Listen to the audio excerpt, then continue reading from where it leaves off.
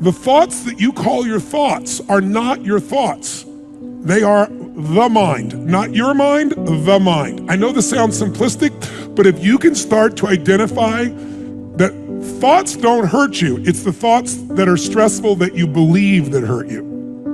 It's no surprise that so many people today have a great deal of uncertainty about where life, the world, the economy is going. We're going through massive changes, and some of them are unprecedented. We haven't seen for 40, 50, 60, 70, 80 years. And yet at the same time, we inherently know that with all this change, there's opportunity, that there's a chance for our lives to be better than they've ever been. The transformations that are happening in science and technology can truly change the quality of our lives, the length of our lives, the way we experience life. And yet, day to day, most people live, I think, with a great deal of foreboding, a great deal of uncertainty. And so I thought it might be nice to just drop in for a couple of minutes and give you a couple of triggers to remind you what I know you know in your heart. And that is, we are not made to survive, we're made to thrive. Human beings, our spirit, our capacity to adapt, our ability to grow, our ability to learn with lightning-like speed, our ability to find a way to serve others, that calling inside of us that we have as a parent or as a friend or someone who truly cares, when we put our fear aside because there's something we want to serve greater than ourselves, we all have that ability to find that passion in our life. Because we're always looking back, reliving the negative, we end up carrying around all this baggage that weighs us down. One of the best things we can learn to do is drop it, let it go. Whether it happened 20 years ago or 20 minutes ago, don't carry negative baggage from yesterday into today. You won't live a victorious life if you're always reliving what didn't work out, who hurt you, the mistakes you made. The reason it's called the past is because it's over. It's done, it's history. Now do your part and let it go. I'm here to talk to you about just the simple core of what you and I are made for. We are not made to survive. We're not made to manage our pain or get through it. We're made to be creators of our lives. We can create anything we can dream about, we can create. And I know that sounds like positive thinking, just BS. But in your soul, there have been times in your life, I know, when you've had something that you wanted so much. Maybe you wanted something for someone you care about. Maybe you wanted something for yourself. But you became so obsessed with something, achieving it, experiencing it, whether it was a transformation, in yourself, a change in your business, making a certain amount of money, getting a job, increase at some position increase. Maybe it was doing something for your mom or your dad or your kids.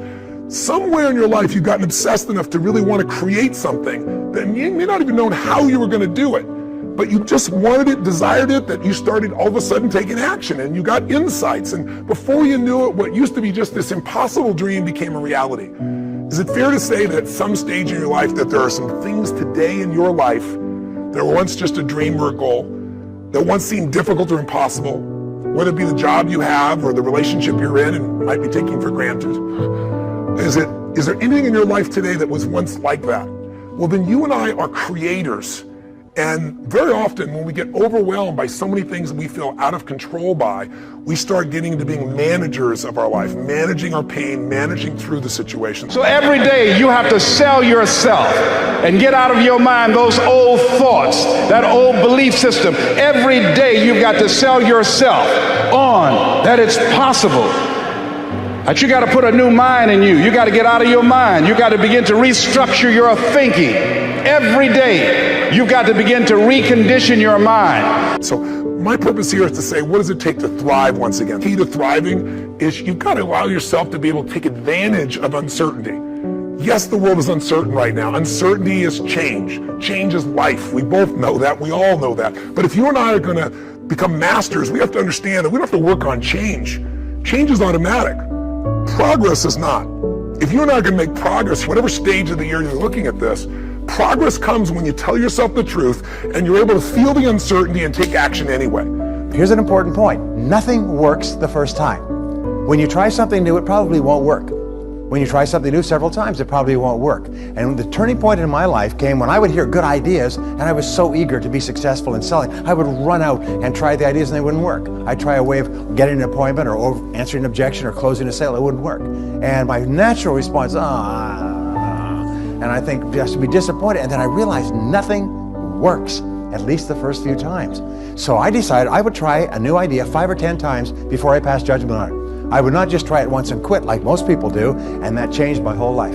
It was a turning point in my life because I realized from then on, if you've got a good idea and you've got a good goal and you want to double your income and improve the quality of your life, and you have to try new things in order to get new results, it's not going to work the first time. So you say, well, that didn't work, try something else and try something else and try something else. Now, if you try, only 2 things can happen. What are they? Succeed or fail. If you succeed, you do more of it. If you fail, you learn from it, get smarter, and try it again. So you cannot lose by taking action. You can only lose by not taking action. The thing that stops us all is fear. It's no surprise. Fear of failure, fear of rejection, fear of the unknown, fear of not looking good. And that fear we could translate into the simple thing of uncertainty. Now, when you look at someone who's incredibly successful, you look at someone who's truly a leader in their life or in their field, the one thing they have in common is they exude this sense of certainty. And where's that come from? Is it inborn? Are they lucky? Are things just going their way? No, great leaders know how to step in the uncertainty and bring the certainty to the situation. Most people in life, we really feel like the level of stress in our life comes to how much of life do you feel like you control, or how much does life control you? Do you tend to control more of what's going on, or events controlling you? It's very easy to have those events start to take control unless we take control of what's between our ears, our own mind. You see, what you and I focus on massively affects how we feel, whether we're thriving or surviving. If you focus on what you can't control, if you focus on the past, if you focus on what's missing from your life constantly, that pattern of focus will make you frustrated, overwhelmed, depressed. It won't even matter if you're, taking antidepressants. If you keep focusing on what you can't control, what's missing from your life, you're going to feel depressed still. You can take as many antidepressants as you want. Focus equals power. We've got to change ourselves. We've got to build a new image, a picture in our mind. We've got to see ourselves the way we want to be, and then we have to live with it. You go to the gym workout, that's what you do. You build a picture of how you want to see this arm, and you build that picture, and then you build the body. Well, you build the life in your mind. Take your pen and write out how you want to live, and always start by writing, I'm so happy and grateful now that. And the second you write it, you've got it intellectually. The moment you impress it upon your emotional mind, you've got it emotionally. And it's only a period of time till it manifests on the physical plane. Spirit works from a higher to a lower potential. If you want to thrive, you got to focus on what you can control. You got to focus on the difference you can make. You got to focus on what's already in your life that you're grateful for. And I have a little process here at the end that's my gift to you, which is just a simple ritual that can bring you back to this place. So one thing that leaders do is they focus on the things they want, they focus on what they can control, they focus on what they have. They have a combination of gratitude, strength, and commitment. They've really unleashed the second element. They have a vision. They have something that they're after, something they want to create, something they want to contribute, something they want to give, something they want to make happen. And that's when you become a creator again instead of a manager of life. And it's easy to lose that sense of vision in your life through disappointments. Hey, we've all had them. You get all excited about something and then, life seems to crush it. Somebody betrays you. You betray yourself. You don't follow through, and then you don't trust yourself at the same level. What makes somebody a leader is they build this certainty, and not only with focus, not only do they get a vision for what they want, but they bring that certainty in their body. Because the infinite player understands sometimes you're ahead and sometimes you're behind. Sometimes your product is better and sometimes it's worse. The goal isn't to be the best every day. The goal isn't to outdo your competition every day. That's a finite construction. Finite players play to beat the people around them. Infinite players play to be better than themselves. To wake up every single day and say, how can we make our company a better version of itself today than it was yesterday? How can we create a product this week that's better than the product we created last week? We also have to play the infinite game. It's not about being ranked number one. It's not about having more followers on Twitter than your friends. It's not about outdoing anyone. It's about how to outdo yourself. It's about how to make sure that the work that you're producing is better than the work you produced before.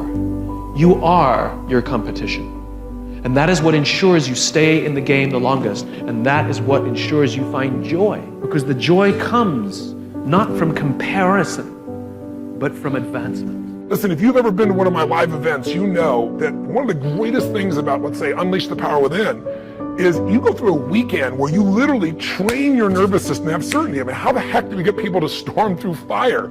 It's not about fire walking. It's about getting yourself to be able to take action in the areas of your life that normally you would more than hold back, where your brain would take over and say, I can't do this, are you crazy? Somebody else did it, but not me. What we do is get people in a state where you're going to follow through. We're going to face your fear and do it anyway. And the way we do that, besides changing people's focus, showing how to direct and control that focus, is also by learning how to use your body as the tool to change your state.